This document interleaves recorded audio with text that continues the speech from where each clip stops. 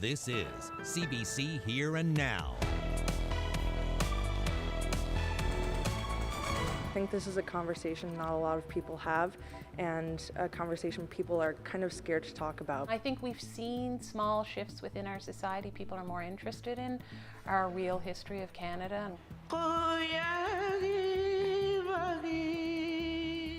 Calls for sweeping changes for Indigenous women and girls, for vulnerable people. Good evening and welcome to Here and Now. I'm Anthony Germain. And I'm Debbie Cooper. It is a condemnation and a call to do better. The final report from the National Inquiry into Missing and Murdered Indigenous Women and Girls has finally been released. In 231 recommendations, the report urges governments, police, as well as ordinary Canadians to be part of a sweeping change. The report was handed over to Prime Minister Justin Trudeau at a ceremony this morning in Gatineau, Quebec. Hundreds gathered for an event that began with prayers from Indigenous elders. Help us to bring each of our sisters, mothers, daughters, grannies, aunties, nieces and friends home. Creator, give the wisdom and courage to our leaders, lawmakers, police, and anyone who is called to help a woman who is suffering abuse or violence. The inquiry concludes thousands of Indigenous women and girls who have been murdered or disappeared are victims of, quote, a Canadian genocide. Systemic racial and gendered human and Indigenous rights violations and abuses perpetuated historically and maintained today by the Canadian state is the cause of the disappearances, murders, and violence experienced by Indigenous women, girls, 2S LGBTQIA people, and this is genocide. The report finds that Indigenous women are 12 times more likely to be murdered or go missing than other women. And that they are attacked physically or sexually almost 3 times as often as non-Indigenous women. The report's 231 recommendations touch on many aspects of life, from health and wellness to justice and to what it calls human security. Here are just some of them. It recommends ongoing funding for Indigenous-centered and community-based health services. And the authors want health providers to develop programs that could help young people recognize the signs of being targeted for exploitation. On human security, the report recommends a guaranteed annual livable income for all Canadians, including Indigenous peoples. And on justice, it suggests the criminal code be changed to eliminate definitions of crimes that minimize the responsibility of the offender. Prime Minister Justin Trudeau accepted the report today. And he told the Commission that his government will begin the work to address the recommendations. To the missing and murdered Indigenous women and girls of Canada, to their families and to survivors, we have failed you. We will fail you no longer. Here at home, it was an emotional day for many in Labrador. And that's because some of those who were following today's final report also testified at the inquiry into missing and murdered Indigenous women and girls. Jacob Barker has more. It was rapt attention at a live stream of the closing ceremony here in Happy Valley Goose Bay. People came to hear the promise of a new relationship, one in which governments protect Indigenous women, girls, and the LGBTQ community from the worst imaginable crimes. Amongst those listening on, the parents of Loretta Saunders. Last fall, they testified in Halifax about the 2014 murder of their daughter.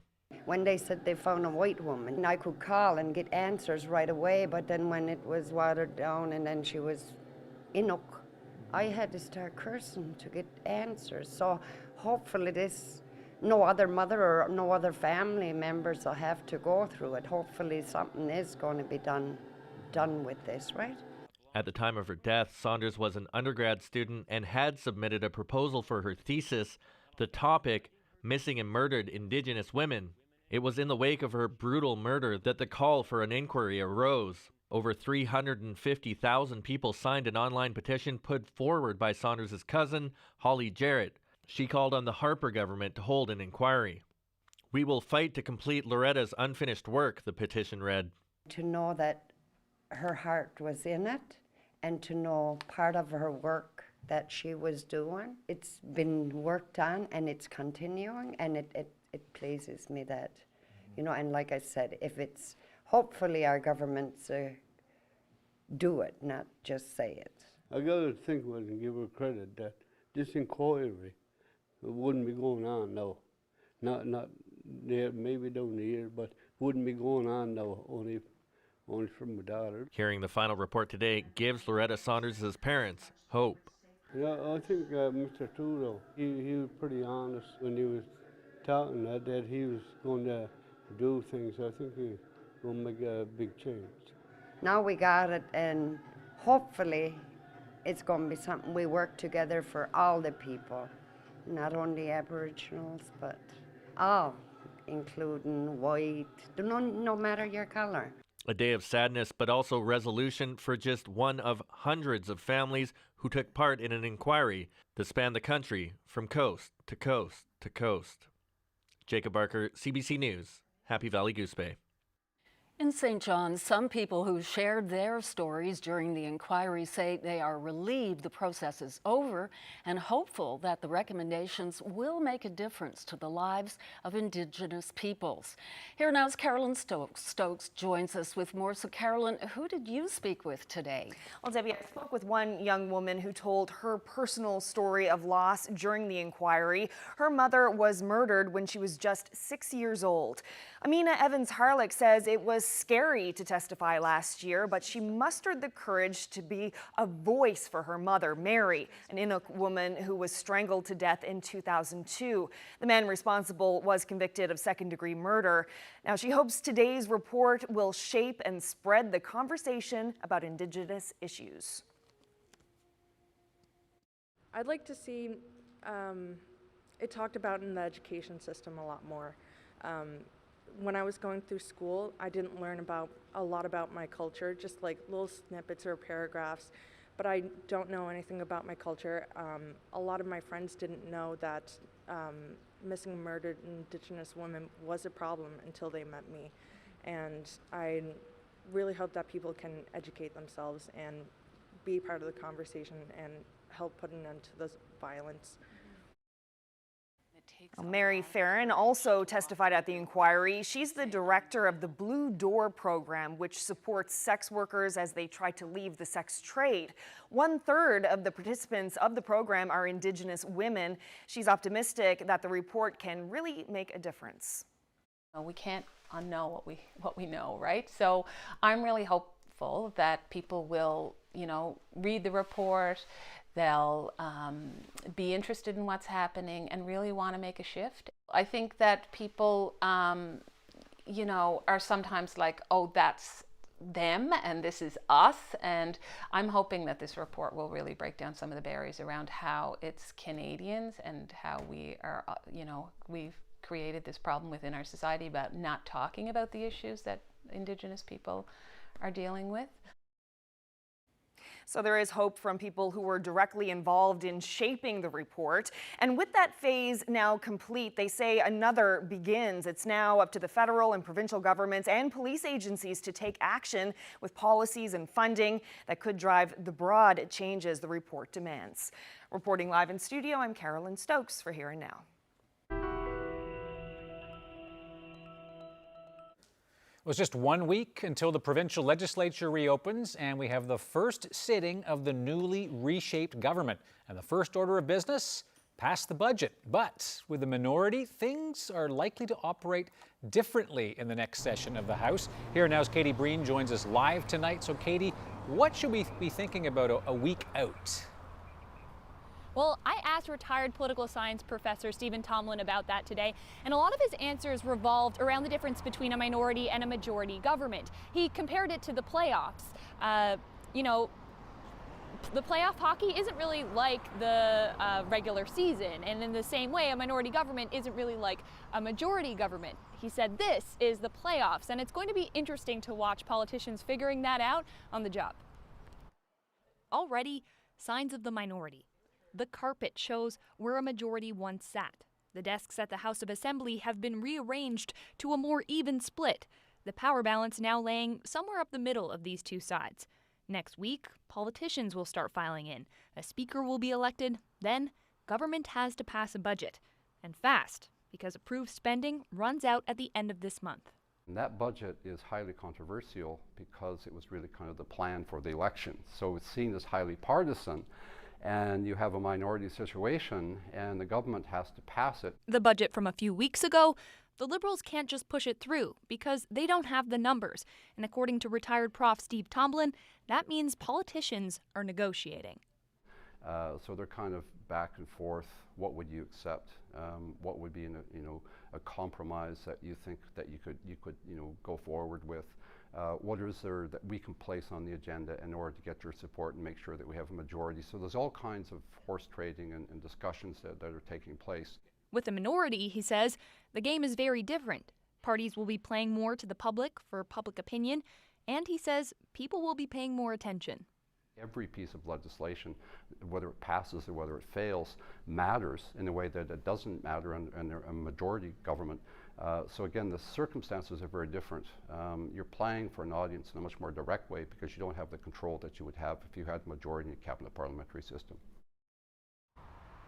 Of course, the dynamics of government could totally change. Labrador West was decided by 5 votes, and starting tomorrow, a Supreme Court judge is going to look at how that recount will work. If it goes the Liberal way, then the party will be returned to a majority, and all that possible negotiation could be for naught. Live in St. John's, I'm Katie Breen for Here and Now.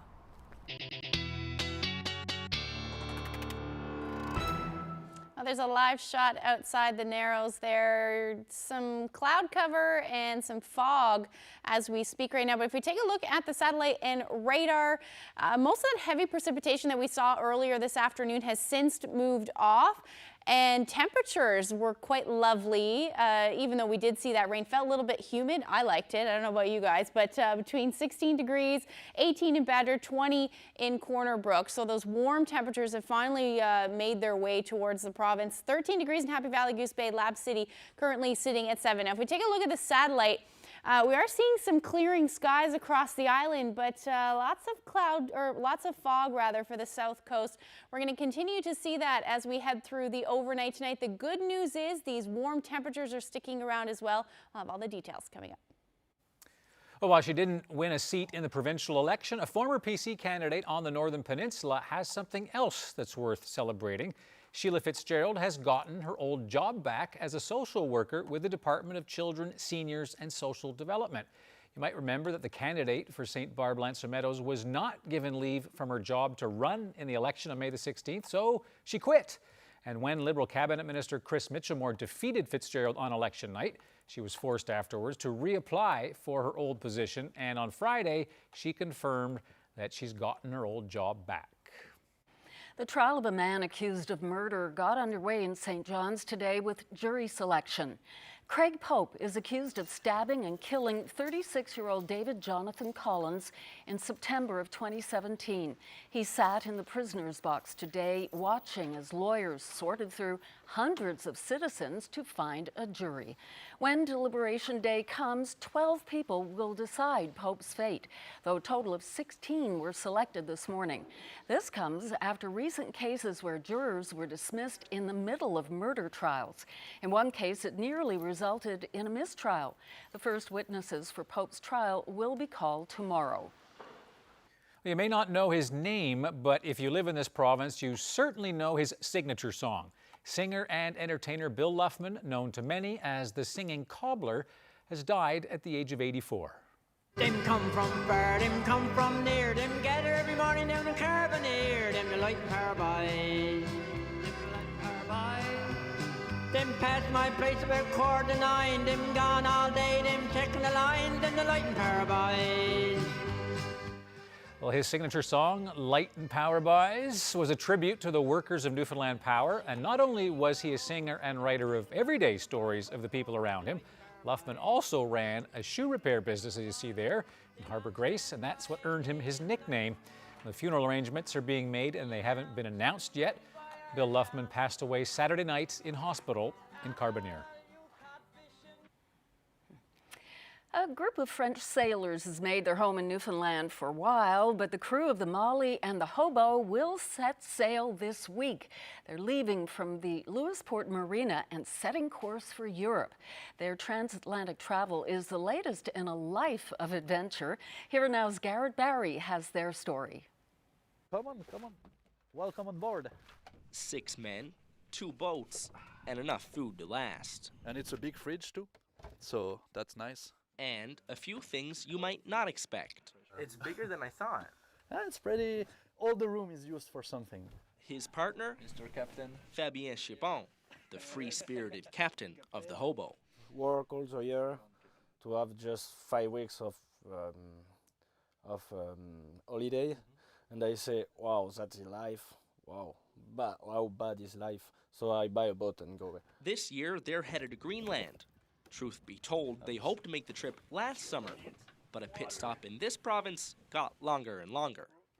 Newfoundland people are like really friendly, and they want to make us visit that and that and that. And so after a while, we say, okay, we stay here for the winter, and we will go Greenland next year. So the boats waited while the crew left for work. I know how to win enough for a short time of work, and after I go to sail. And now they're ready for the ocean again. We don't stay all the time on the water. When you're traveling like that, what you want to do is visiting people and places. And I thought I'd get bored, but the explorers say life on these boats is never dull. And for some, this trip represents a whole lot more. Yeah, my dream is to sail around the world by the 3 Cape. Bonne Espérance, Lewing, and the Cap Horn. And I know that's really hard travel, so all I can train before, I take it. It will be a grueling trip, more than 200 days. Mon frère de cœur, en fait, but for a good cause, to help an organization that gives a second chance by introducing at-risk youth to sailing. And that's my dream, and I want to show to the people also that when you have a dream, you cannot say, no, I can't do it. You have to try. A big trip for a big cause. Garrett Barry, CBC News, Lewisport. The Newfoundland Growlers won their game over the weekend and could take the Kelly Cup here at home tomorrow night.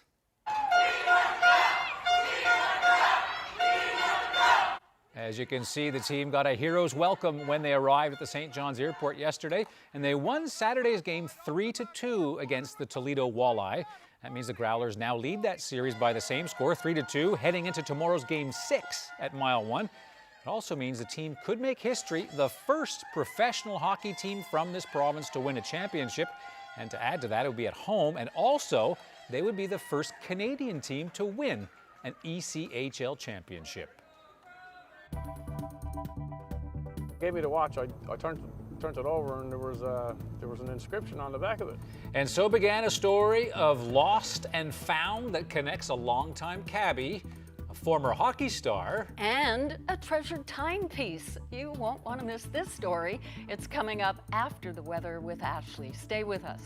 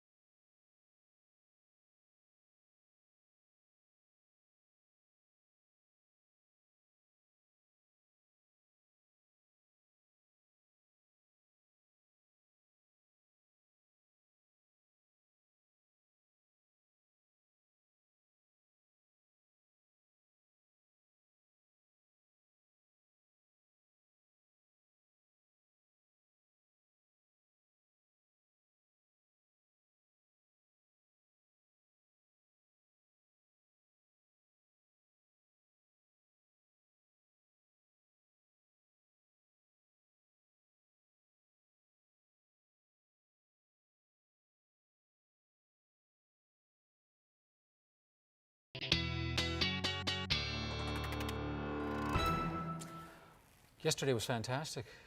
Right? Absolutely. It was a beautiful wonderful. day. So thank you. You're welcome. What I liked, because we had such a windy winter. Yes. It was so calm It yesterday. was, yes, It true. was perfect. Yeah. So I know you're going to tell us all about what's coming for tomorrow and beyond, but before we get to that, some great video to show you. Yeah, good reminder to be careful if you're ever kayaking near one of these icebergs to get a good view. Take a look at this. You never know how long that ice is going to stay standing. Wow. Can you imagine if you were out there trying to chip off some ice for your drink? Remember those clowns who were climbing icebergs a couple years ago? Yes. Now, this was shared by Paul White on Facebook, taken by his son Michael in Hampden, that's just northeast of Deer Lake. Wow. Amazing from a distance. That would be really neat to see, but yeah, so scary. The sound is quite something, too. That's what I hear. It's like a pop and then it, yeah, it's quite it's better than what I just did. Yeah. I was out at Cape Spear a couple of weekends ago, and we could hear this big clap of thunder, and when we came around and looked, here was the big iceberg, and it was split in three. It split? Yeah. Oh, what a boom. That's Anyway. so cool. Yeah, those have been there for a while now. Those icebergs, yeah. Yeah, but looking ahead, the temperatures, well, I think that clearly has something to do with it, how warm these temperatures have been, especially for the weekend. So take a look at that. This was today's highs in the teens, high teens, which felt wonderful today. 21 in Deer Lake, and then Corner Brook sitting at 20 degrees this afternoon. Taking a look at the current temperatures, we haven't really moved much. We're still sitting in the teens, right? Through those areas. Bonavista a little cooler at 9, and St. Anthony sitting at 5 degrees right now.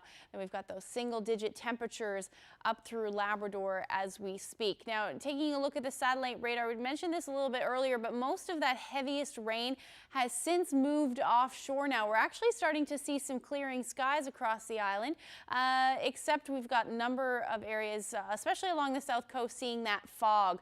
And that's going to continue as we head through the overnight tonight. Again, those partially clearing skies, so we'll see the moon at some point tonight, and then up through Labrador going to stay quite unsettled. So still looking at that chance of showers as we head through the overnight. And then eventually we're going to see some more shower activity make its way down for the south coast as well. So so there's a look at that fog there that I was talking about. Those temperatures are going to be a little bit cooler as well. So in the single digits overnight. Otherwise, we're still staying in the double digits. So not far off from where we should be sitting as our daytime highs around this time of year. St. Anthony still looking at that chance of showers, 6 degrees. Those southwesterlies a little bit breezy, around 20 to 40 kilometers per hour overnight. Otherwise, 1 to 4 degrees up through Labrador. Winds will eventually ease, but again, still looking at those unsettled conditions as we head through the night tonight. Now tomorrow, same thing. We're going to see some more some more showers rather move through. Going to see a few peaks of sun here and there through the day as well, but generally going to stay quite cloudy up through Labrador. Eventually, we'll see some clearing overnight, and then stay quite gray into the overnight for the island. So here's a look at the temperatures, very similar to what we saw today, even a couple of degrees warmer. So 18 is what I have for St. John's, 21 in Clarenville. Bonavista should reach a high near 18 degrees tomorrow, again with those peaks of sun generally towards central. It looks like Marystown 15 degrees with that chance of showers. 23 for Grand Falls, Windsor. I have Twillingate at 22 degrees as well. So certainly nice, and then some shower activity again along the south coast. 10 degrees for Harbour Breton, 10 for Port aux Basques, 16 for Stephenville. Gross Morin still looking at that chance of a few showers as well.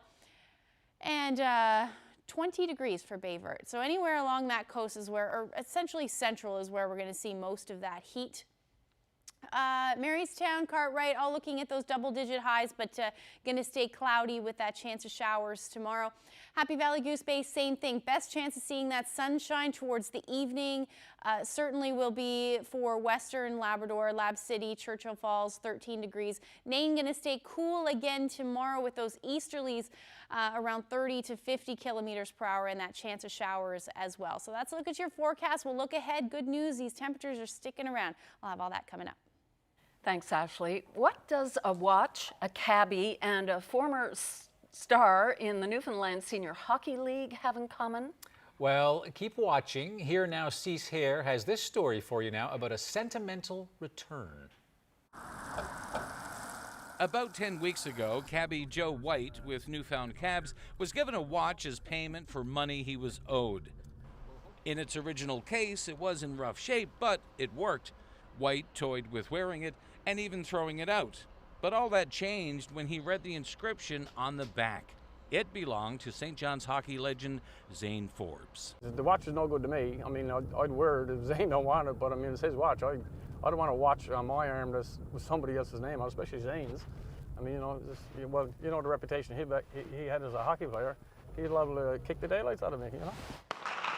Forbes' offensive numbers tell the real story about his 12 years in senior hockey in this province.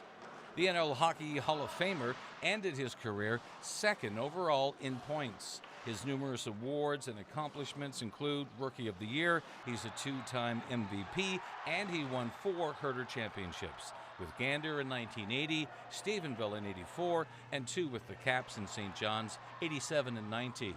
But Forbes says of all the memorabilia he has, that watch from his teen years in Ontario was one of his favorites. We went to the Centennial Cup finals, and the city gave us this watch in appreciation, and I put it away.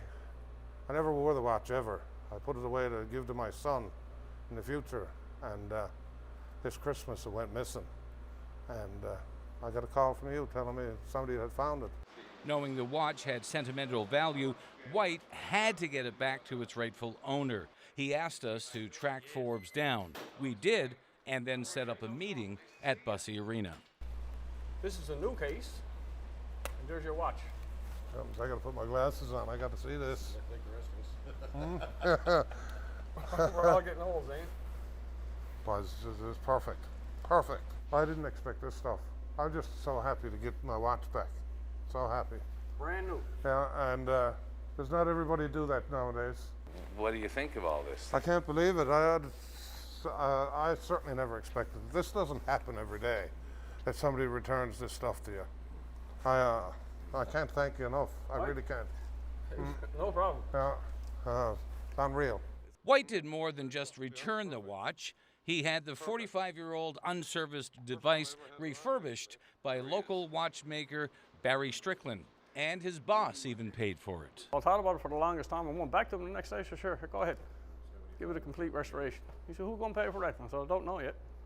And then I contacted Mooney and I told him, and Mooney knew Zane from the 70s and the 80s, and he said, "Yeah, tell him to put it on my corporate credit card." What odds? Just like that. So it was a bit of footwork on my part. It didn't cost me a dime. Mooney did it out of complete goodwill. Zane is happy. I'm happy. Everybody's happy. Although he took the watch as payment and then gave it away, White isn't completely empty-handed. He's written a book before about being a St. John's cabbie and says the Zane Forbes watch story is going in his next book. Cease here, CBC News, St. John's. And everybody's happy. Exactly. What more could you ask for? That's great. I tend to get even more rigorous with my diet. I have to take things and eat things that'll keep me lasting all day long. Ahead, Ramadan on the Rock. In the days leading up to Eid, how some Muslims families make the most of their fast.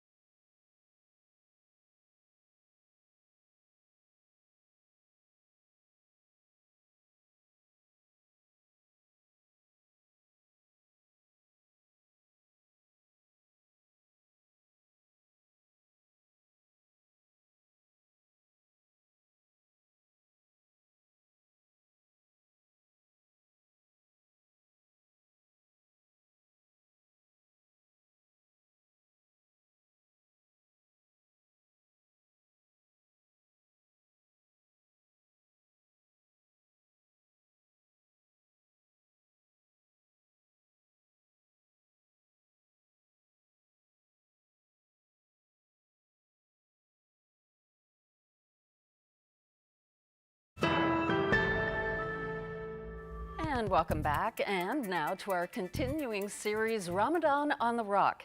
It's a look at the month-long Muslim celebration that involves fasting, festivities, and food. And tonight we introduce you to a woman who moved here from New York after marrying a Newfoundlander to learn about all of the prep work involved in making her daily fast last. Here's Provincial. Have you found it harder here in comparison to New York? I have, and I think that's because the sun, actually, like that's the most, because even when I'm not fasting, I find I'm much more sluggish here because of how cloudy it is all the time. Ramadan, the holiest month for Muslims across the world, is filled with fasting from dawn to dusk, festivity, and food. I've been lucky to experience Ramadan and Eid in India and Dubai. But what does Ramadan look like in the middle of the Atlantic Ocean? What does it mean to be a Muslim Newfoundlander? Looking for answers, I, Provincial, went into the homes and hearts of people exploring Ramadan on the Rock.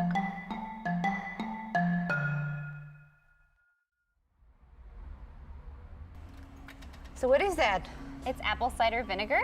Is this part of your Ramadan diet? Yes, I tend to get even more rigorous with my diet because you have to wake up early to fast. So you wake up early, you eat, and in that time I find that it gives me regiment. So I'm like, okay, I can do this. So I take all my vitamins, and I have to take things and eat things that'll keep me lasting all day long, energy-wise. But this is something that's really good for digestion. There's a bunch of enzymes that helps with your gut. So during this time, especially the first couple of days, it's kind of a shock.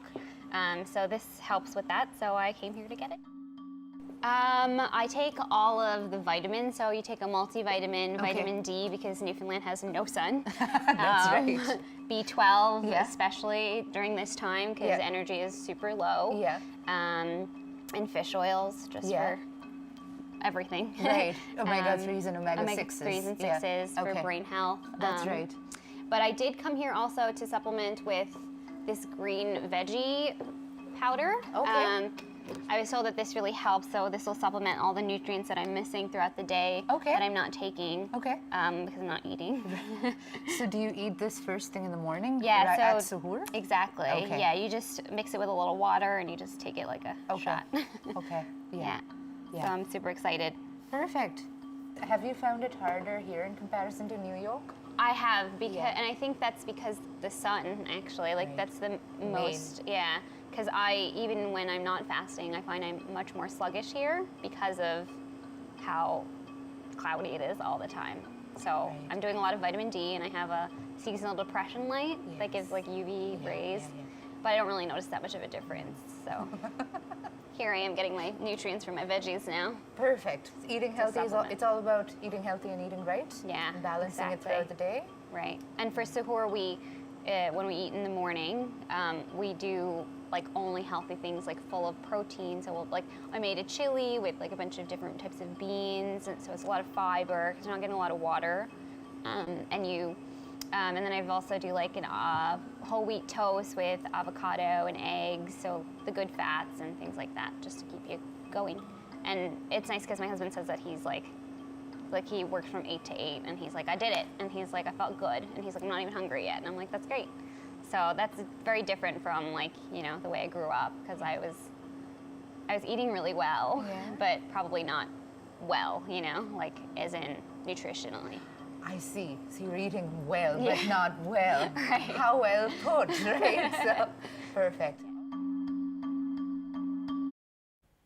Ramadan ends tomorrow with Eid, and there are several events planned in the Muslim community. And tomorrow we'll have our final part in this series to hear from a Muslim man who was born and raised in St. John's. I felt like I was being a voice for my mom, who can't speak for herself. She was just 6 years old when her mother was murdered. Now she's hoping her death and the deaths of countless other Indigenous women and girls will spark change.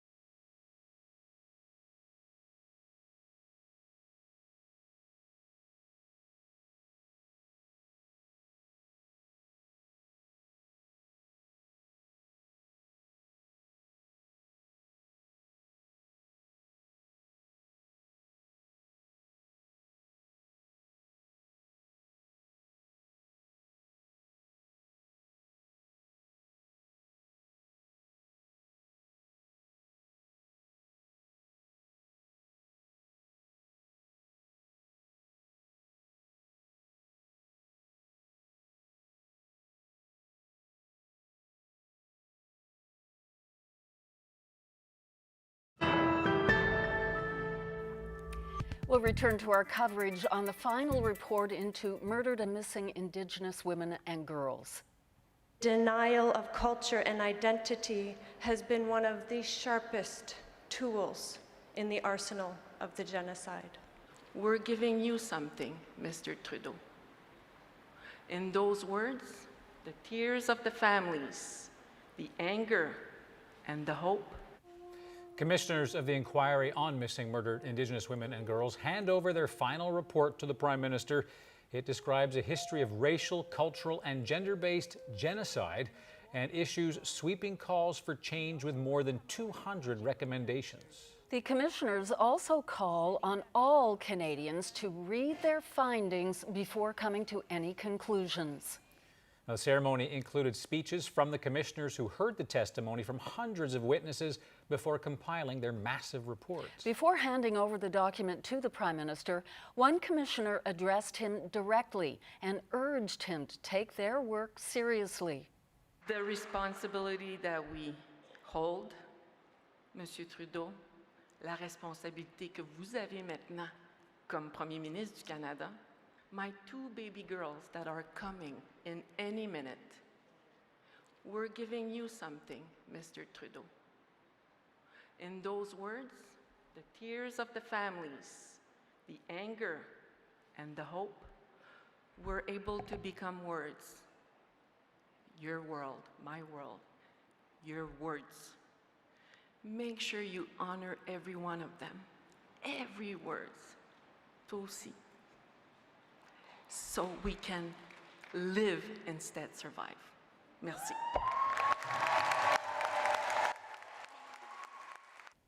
The Prime Minister said his government is taking the recommendations seriously, and the federal government will start work on an action plan to tackle the recommendations. But now let's get back to local reaction. Earlier, Carolyn Stokes brought us the story of Amina Evans-Harlick, the last witness to testify at the National Inquiry. Here's more of what Amina had to say to Carolyn about her mother and about what she hopes comes from the inquiry. It was kind of scary. I was really intimidated, but I felt like I was being a voice for my mom who can't speak for herself, so it felt really nice to be able to do something nice for her. Can you tell us a bit about your mom and what happened? My mom was 24 years old. She was murdered by someone she had known, and she was stuffed under a staircase and strangled and everything.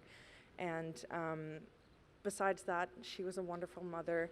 She loved cooking, and she was an artist, and she loved everything about Newfoundland and just really loved her family and wanted the best for everyone.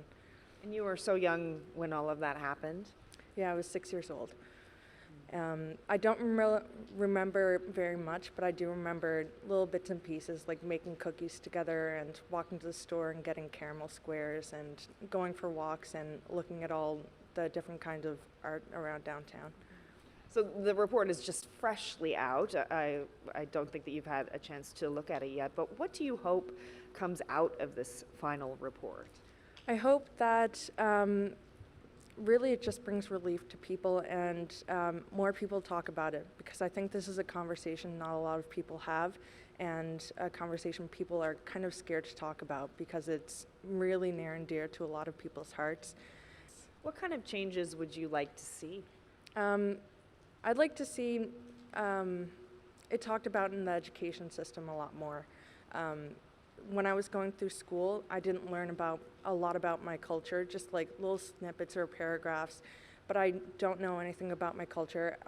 A lot of my friends didn't know that missing murdered Indigenous women was a problem until they met me. And I really hope that people can educate themselves and be part of the conversation and help put an end to this violence. And one of the big things that's being talked about in this report is the use of the term Canadian genocide, referring to Indigenous people. What are your thoughts on that? I guess I agree with it. I don't fully understand the term, but I think that Indigenous cases kind of get shoved under the rug a little bit more than regular cases.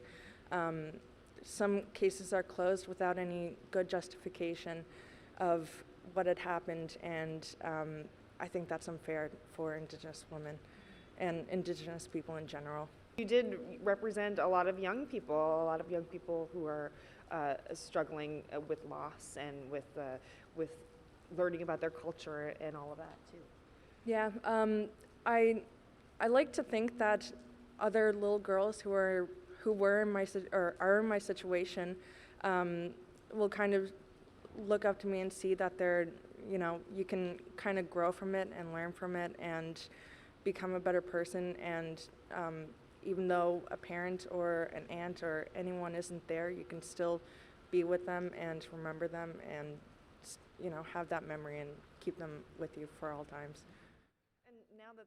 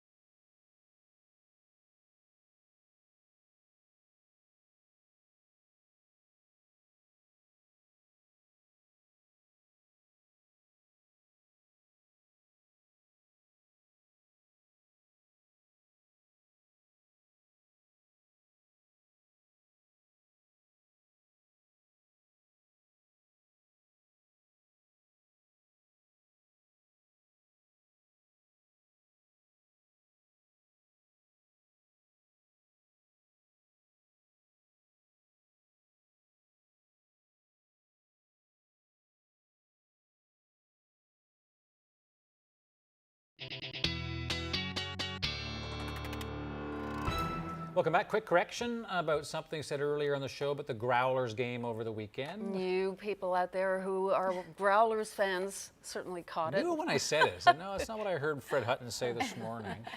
We said they won Saturday night 3-2, but the Growlers lost Saturday. They won Friday night while on the road in Toledo. Yeah, so that still means Game 6 is set for tomorrow night, and no surprise, it's probably going to be a noisy one. Oh, guaranteed. And speaking of noise, the third Record Fair NL event took place this weekend at the Holiday Inn in St. John's. Yeah, record collecting, as I think we all know, is having a big revival, especially with vinyl becoming more and more popular again. It's been doing that for years.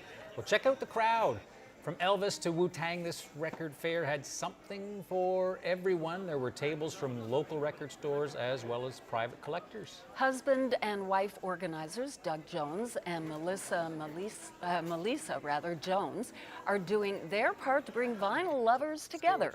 It was their Record Fair NL event, and Jones say it was the biggest one yet.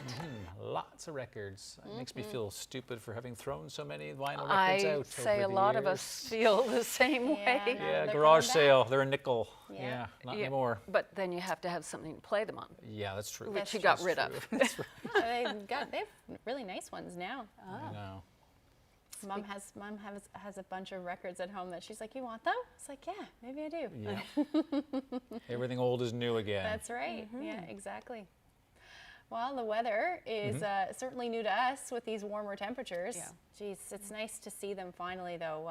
And as we head through the next couple of days, that's exactly what's going to happen. So if we take a look at the future tracker for Wednesday morning, you can see we could actually and likely will see some clearing skies, at least for the eastern half of Newfoundland.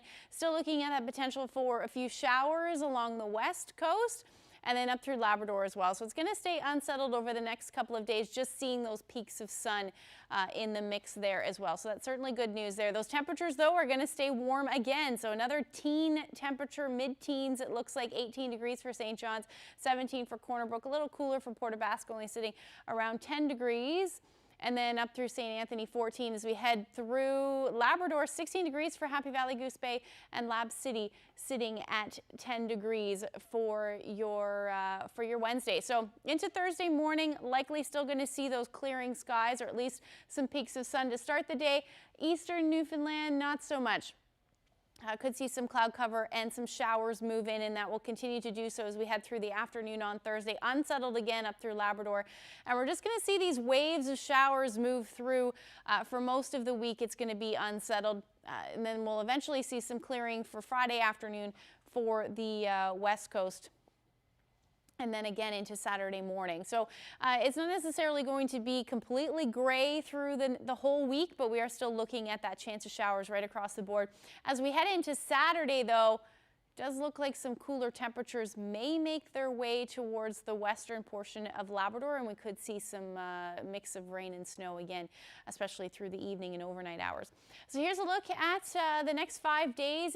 There you go, teen temperatures right across the board, 18, and then eventually going down to about 14 degrees for Saturday, but it does look like sunshine as of now. Look at those overnight temperatures, though, this week, or at least the beginning of the week, in the double digits. 10 degrees on Thursday as well. Now for central Newfoundland, those temperatures a little bit warmer. So tomorrow, 23 degrees, 18 on Wednesday. Thursday, still looking at those temperatures and similar, 19 degrees, same for Friday with that sunshine. And then Saturday, that chance of showers will move back in for you. Now for western Newfoundland, 18 tomorrow, generally looking between 17 and 19 degrees. If that sun does peek out, we could see that a couple of degrees warmer. And then the weekend so far looking nice, sunshine, and between 17 and 19 degrees. Those overnight lows in the single digits.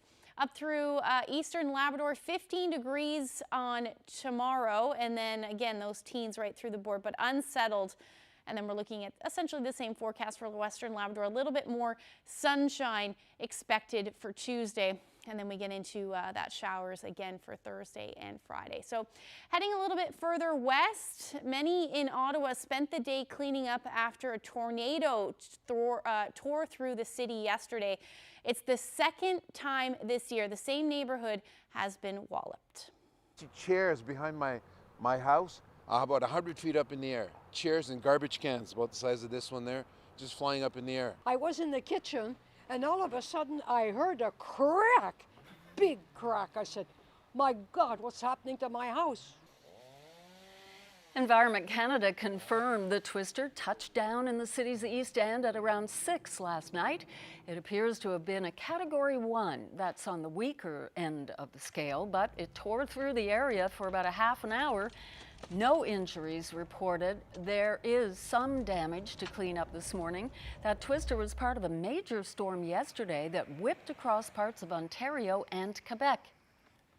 In international news now, U.S. President Donald Trump has finished the first day of his state visit to the United Kingdom, capping it off with a banquet at Buckingham Palace. On behalf of all Americans, I offer a toast to the long-cherished and truly remarkable reign of Her Majesty, the Queen. Thank you. Now, the day's pomp started at Buckingham Palace with an honor guard. The Queen then gave Donald and Melania Trump a tour of the royal collection. It's one of the largest collections of art and other objects in the world.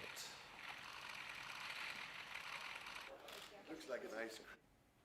In Italy, a massive cruise ship slammed into a dock in a Venice canal yesterday morning. The crash has renewed calls to ban cruise ships in Venice. The MSC Opera could be heard blaring its horn as it approached the dock located near the popular St. Mark's Square. Oh, no. 4 tourists were injured trying to flee. Can you imagine how terrifying? Oh, you can see them running away. Yes. The ship's owner said 2 tugboats were trying to guide the ship but couldn't prevent it from hitting the dock when it had a mechanical problem. Wow. Unreal. They're still running. Like you would. Yeah. Wow. Well, there's a boat, not quite as big. Much nicer. Much nicer. Calmer scene. Yeah, a little calmer. A beautiful night that looks like after some showers there and a nice little rainbow. Kind of hard to tell where this photo was taken, but it's a beautiful one this weekend. I think Debbie knows this place, even though Debbie doesn't know that she knows this place. It's true. Oh. I'll tell you where this was taken and who took it when we come back.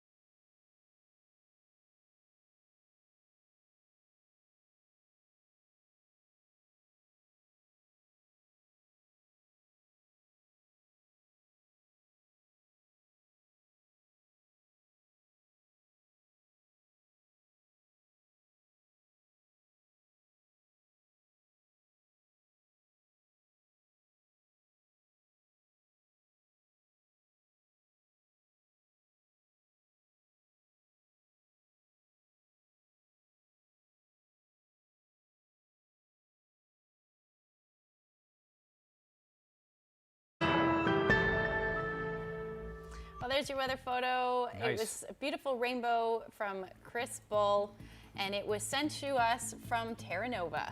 Yep. Aha. I have been on that lake Yes, you once or certainly have. twice. If you want calm? There you go. If you want the rainbow, you got to put up with the rain. See you tomorrow. Good night.